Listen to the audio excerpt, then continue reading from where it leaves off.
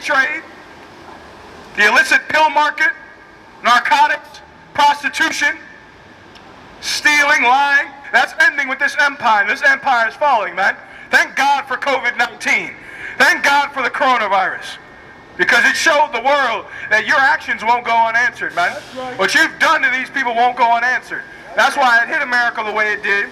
That's why it hit Brazil the way it did. And that's why these plagues are going to continue, and World War III is on the horizon. And the Lord is causing these nations to go to war in the Middle East for us. For us. Why? Because our calamity is at an end. This is the end of our destruction. This is the end of our poverty. This is the end of our suffering.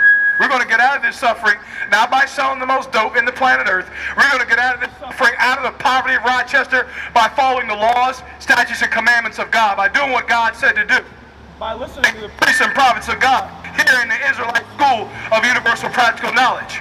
Read on. Verse 6, therefore, as I live, saith the Lord, I will prepare thee unto blood. I will what? Prepare thee unto blood. The Lord said he's going to prepare them unto blood. He's going to prepare them. Who is them? Edomites. The biblical, the modern day Edomites are the people you call Caucasians. White people are the nation of Edom. They're the nation that God hates. God hates them, man. Hold that. Give me Romans 9 and 13. Did you know that? Did you know God hates the Irish, the French, the Dutch, the Germans, the Polish, the Russians? Did you know God hates them? We're going to show you that in the Bible, man. Why does he hate them? Because of the color of their skin? No. Because of the content of their character. They're animals, man. And they've been animals, the black people here in Rochester. They see us people so poor and to think, let's dump crack cocaine on them. Seeing that they're poor. Seeing that they're destroyed. Seeing we lynched their grandparents down south and terrorized them so much that they had to come 1,000 miles to Rochester, New York, damn near to the border of Canada. But he thought, yeah, let's push crack on them. They could have pushed oranges. Then we have a problem with vitamin C intake. He could have pushed grits. He could have dumped grits in the hood. And he had grandmoms cooking grits, making money off the grits trade. But he chose to dump crack, cocaine, heroin, pills on people so poor. He is going to be destroyed by that. COVID-19, this is just the beginning. Time's about to get a lot worse. And black man, Latino, Native American, those of us in the Christian church are not going to make it, man. Your Christian pastor didn't prepare you for this. But the I.S.U.P.K, we've been preparing for COVID-19. We've been preparing for disasters. We've been preparing for war. Okay? And that's what's coming to these streets. War. Romans 9 and 13. Read. The book of Romans, chapter 9, verse 13. Go ahead. As it is written. As it is written. Meaning this is written in the Bible, in the Old Testament. Read on. Jacob have I loved. God said he loves Jacob. Jacob is the biblical name of blacks, Latinos, and Native Americans. If you're so-called black in Rochester, you descend from a man named Jacob, not from a man named Africa. You're not an African. That's another damn lie as well. All this poverty and death in Rochester, not a single African nation said, we are coming to get our brothers. Right. None of that nonsense. Not a Nigerian boat came up the damn Genesee River to come and get their brothers. Black people are not Africans. Africans could give a damn whether we live or die. Black people in Rochester are not Africans. We descend from a man named Jacob.